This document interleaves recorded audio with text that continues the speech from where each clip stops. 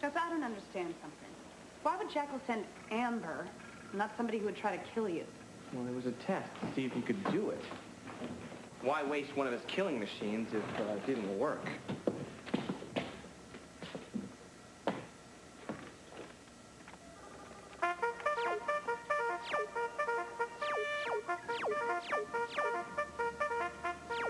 Rise and shine, losers? Sounds like Jackal's lost his flair for the melodramatic. It isn't Jackal. It's Chuck Manning. Who's Chuck Manning? I'm locked out of my computer. Jackal's in and I'm out? This is unbelievable. We beat this guy and he still controls things. Gus, who's Chuck Manning? He's the camp counselor from hell. He was my counselor when I was 11. Oh, great. What'd he do? Short sheet your bed? He only ruined what should have been the best summer of my life. You must have really been hurt. Kids are so fragile at that age. And people forget that. Thank you. So what's he going to do, this Chuck Manning guy? He's gonna blow up a Marine base with a rocket. A rocket? A model rocket. The kind you use to send my retainer into orbit. But you don't need a retainer. Your teeth are beautiful. Well, it wasn't always that way. Believe it or not, I had a slight underbite, which was being corrected by a retainer I'd been wearing all summer, until Chuck swiped it from my cubby and used it as a payload for his rocket.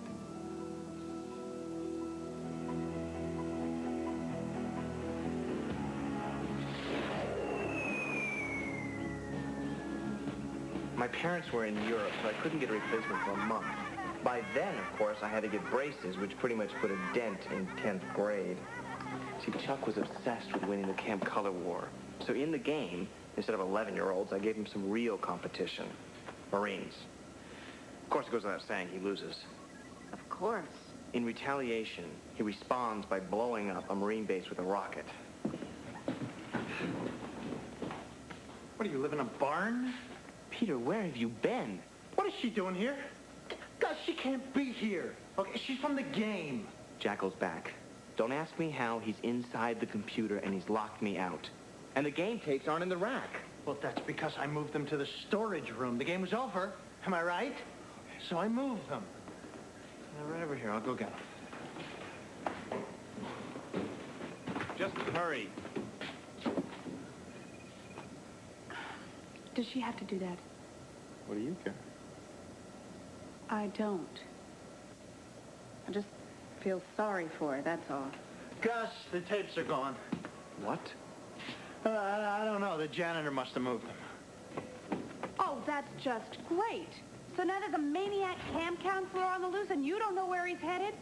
I hope you're catching this. He does this all the time. He's wonderful, isn't he? My notes. Oh, God. At least this way we can figure out his next move. Odds are we can figure out his next move.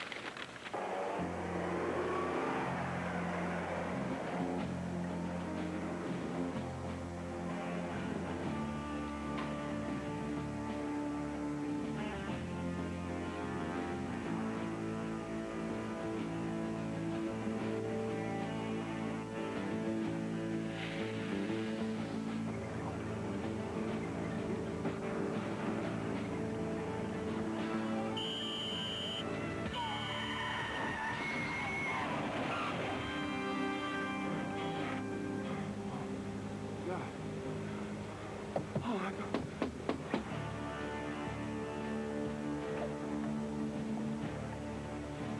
We have a problem, mister. For starters, I don't hear anyone singing 100 bottles of beer on the wall. No, but... And don't you think you're a little early for the hot dog eating contest? Don't you think? I can't tolerate a lack of discipline on my team. We're in the middle of a camp color war.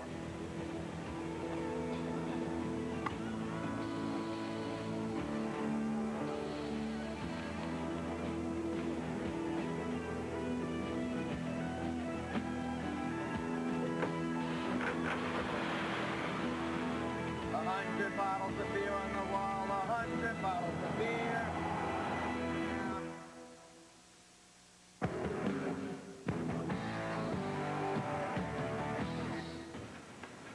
thanks. You're welcome. Gus? What about this? Get low-fat milk? Mm-hmm. That's just a note to myself. What'd you think it was? Well, it could have been what killed Chuck. Low-fat milk. You are always using liquids to kill your bad guys. It was water, red ink. I happen to use solids on this level, all right? Do you like it? I ground the beans myself. We don't have a grinder.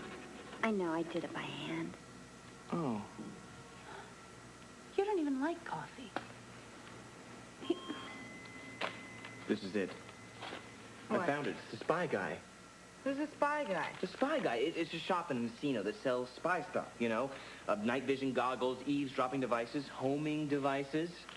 That's where Chuck goes to get the homing device. It can't be closed. I don't understand. Maybe there's another spy guy? No, this is it. We were standing in front of it, and it is closed when it shouldn't be. You looking for Sid? Who's Sid? The spy guy. He's doing Eric today. Who's Eric? The talk show guy who gets in fights with everybody. I told Sid he was nuts. They've got people shooting each other on those shows. Didn't you see the note on the door? What note? There was no note. Oh, the wind must have blown it off. It was there earlier. It wasn't the wind, was it? She's gorgeous. He's insanely jealous. A recipe for disaster? Jealous boyfriends and the lengths they go to keep tabs on their women. On Eric. Guest hosting for Eric today is Jimmy Walker. What do you do when your boyfriend is so jealous that he bugs your apartment? He listens to the messages on your answering machine. He goes as far as planting a homing device on your car. Well, that's the topic here today. Jealous men and the women that have to put up with this kind of stuff next on The Eric Show.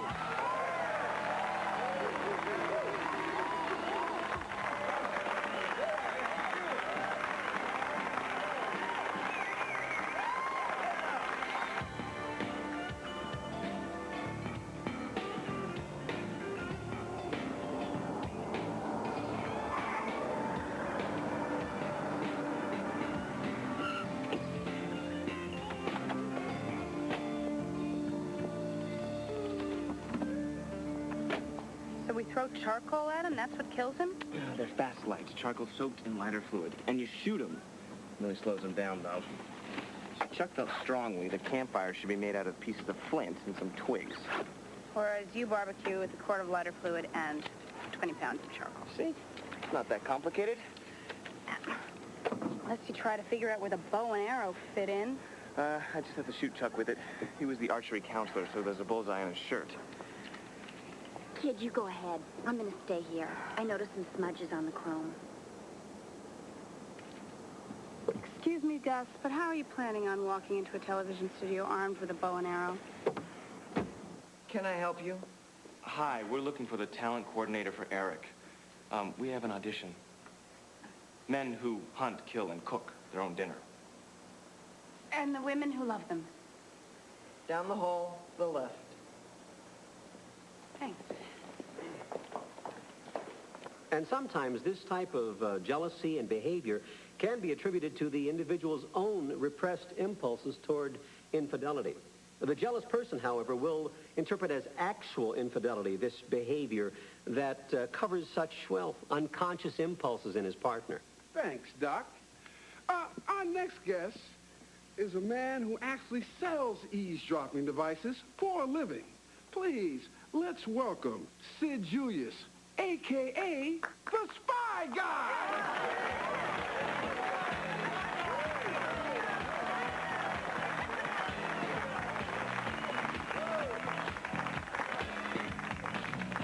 Got a question for the spy guy? We're not taking any questions right now. Flexibility, Jimmy. It's the key to command and control. Am I right? What are you waiting for? I'd like to get a little closer, if that's all right with you. Do you have the homing device with you? Yes. I've got it right here. Hey, you can't go down. How close do you have to be? If I could actually shove the arrow into the bullseye, that would be good. Hey, what are you doing? Hey, you back off, pal. Or you're going to be the recipient of 50,000 volts of electricity. Keep the cameras rolling. Mine's bigger. Oh, my God. Hey, Chuck. Look out!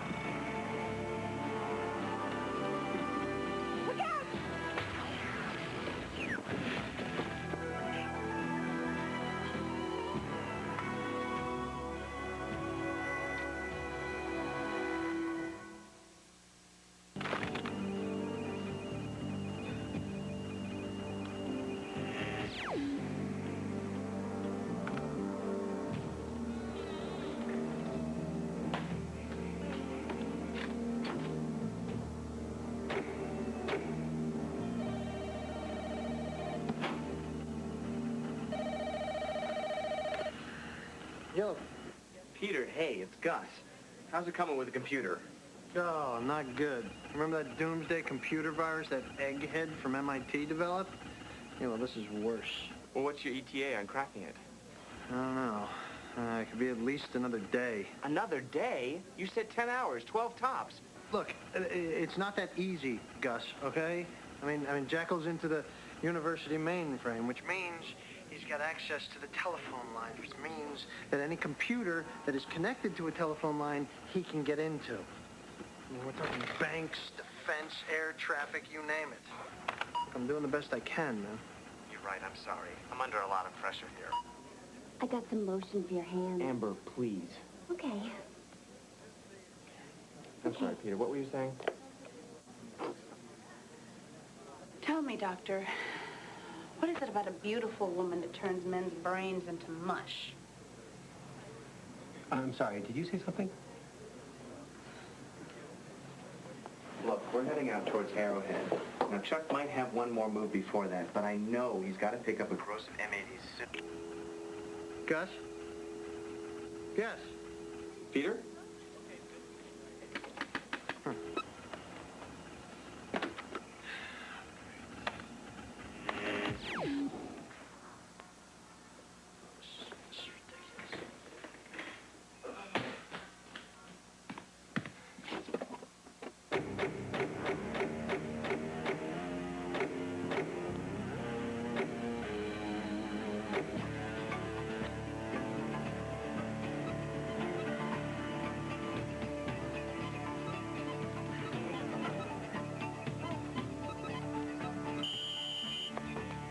You're using the wrong technique.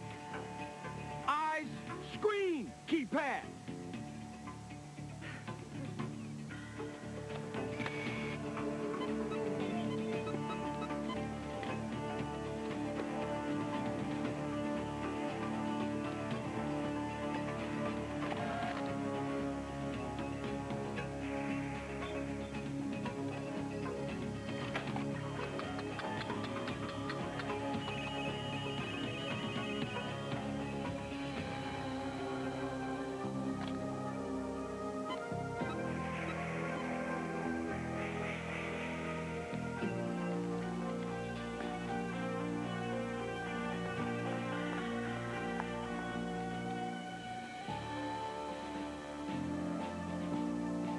How do you expect to capture the flag in those shoes, Missy?